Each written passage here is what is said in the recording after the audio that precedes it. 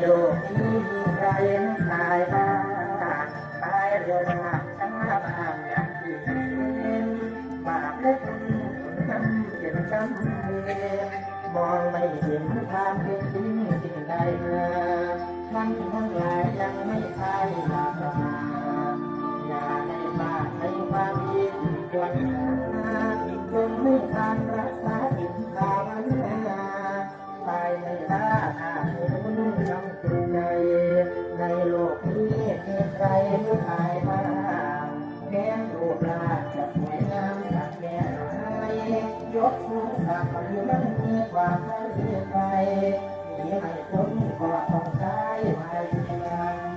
คิดถึงตายมันชื่อตายไม่ชวนให้คิดถึงความจริงสิ่งที่เห็นแม้แต่เราก็